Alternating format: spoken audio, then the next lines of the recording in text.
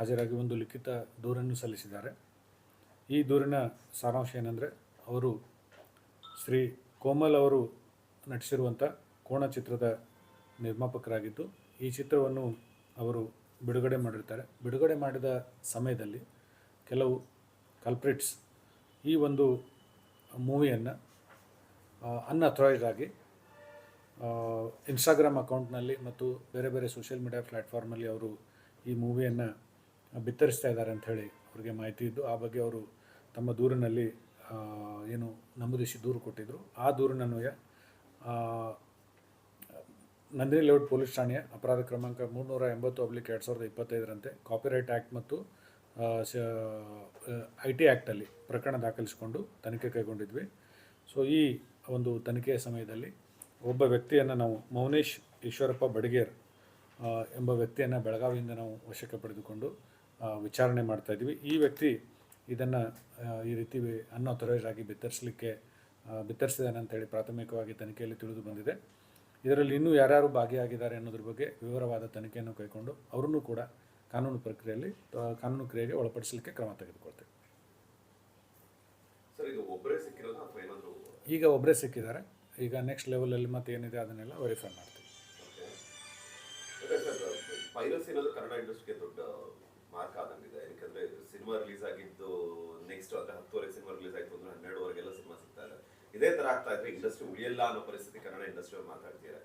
So ಸರ್ಕಾರದಿಂದ ಯಾವ ಥರ ಸಪೋರ್ಟ್ ಸಿಗುತ್ತೆ ನೋಡಿ, ಇದು ನಮ್ಮ ಗಮನಕ್ಕೆ ಬಂದ ತಕ್ಷಣ ನಾನು ಶ್ರೀಯುತ ಕೋಮಲ್ ಅವರು ಹೇಳಿದ ತಕ್ಷಣ ನಮ್ಮ ಅಧಿಕಾರಿಗಳಿಗೆ ಸೂಚನೆ ಕೊಟ್ಟು ಪ್ರಕರಣ ದಾಖಲಿಸಿಕೊಂಡು ತನಿಖೆ ಕೈಗೊಂಡಿದ್ದೀವಿ. ನಾವು ಇದು ಕಾನೂನು ಬಾಹಿರವಾಗಿರೋದ್ರಿಂದ ಇದರ ವಿರುದ್ಧವಾಗಿದ್ದೀವಿ.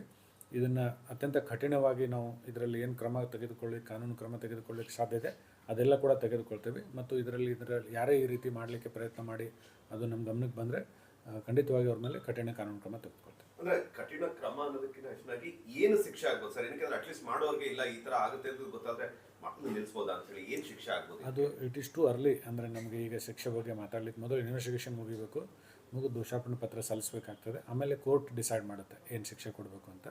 ಸೊ ನಾವು ಆ್ಯಸ್ ಅ ಇನ್ವೆಸ್ಟಿಗೇಟಿಂಗ್ ಏಜೆನ್ಸಿ ನಾವೇನು ಮಾಡಬೇಕು ಎಲ್ಲ ಎಫೆಕ್ಟಿವ್ ಆಗಿ ಮತ್ತು ಪ್ರಾಂಪ್ಟಾಗಿ ಮಾಡ್ತೇವೆ.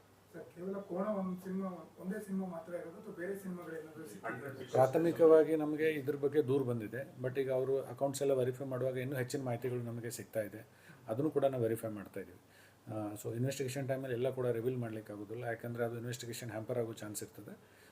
ಏನು ಅವರು ಆರೋಪಿತನ ಮೊಬೈಲಲ್ಲಿ ಏನು ಮಾಹಿತಿ ಸಿಕ್ಕಿದೆ ಅಥವಾ ಲ್ಯಾಪ್ಟಾಪಲ್ಲಿ ಏನು ಸಿಕ್ಕಿದೆ ಅದನ್ನೆಲ್ಲ ಪರಿಶೀಲನೆ ಮಾಡ್ತಾಯಿದ್ವಿ. ಸೊ ಎಲ್ಲ ವಿಷಯಗಳನ್ನು ಇನ್ಕ್ಲೂಡ್ ಮಾಡಿಕೊಂಡು ಇನ್ವೆಸ್ಟಿಗೇಷನ್ ಮಾಡ್ತೀವಿ. ಆರೋಪಿ ಈಗ ಎಲ್ಲಿದ್ದಾರೆ ಸರ್? ನಮ್ಮ ಪೊಲೀಸ್ ಠಾಣೆಯಲ್ಲಿ, ನಮ್ಮ ಪೊಲೀಸ್ ವಶದಲ್ಲಿದ್ದಾರೆ. ಅದು ಸಬ್ ಜುಡಿಷಿಯಸ್ ಆಗ್ತದೆ. ಅನ್ಆಥರೈಸ್ಡ್ ಅಪ್ಲಿಕೇಶನ್ಸ್ಗಳು ಸುಮಾರಿದೆ.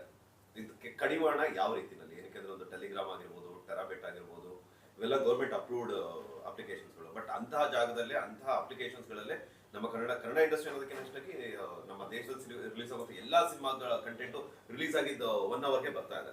ಇದಕ್ಕೆ ಕಡಿವಾಣ ಇಲ್ವಾ? ಆಗುತ್ತಾ ಇಲ್ವಾ? ಏನಕ್ಕೆ ನಂಬ್ಕೊಂಡು ಒಂದು ಸಿನಿಮಾ ತಯಾರಾಗುತ್ತೆ ಅಂತ ಅದನ್ನ ನಂಬ್ಕೊಂಡು ಸಾವಿರಾರು ಕುಟುಂಬಗಳು ನಡೀತಾ ಇರುತ್ತೆ. ಸೊ ಇಂಡಸ್ಟ್ರಿ ನಿಲ್ತಾ ಹೋಯ್ತು ಅಂದ್ರೆ ಅಷ್ಟು ಕುಟುಂಬಗಳು ಬೀದಿಗೆ ಬರುತ್ತೆ.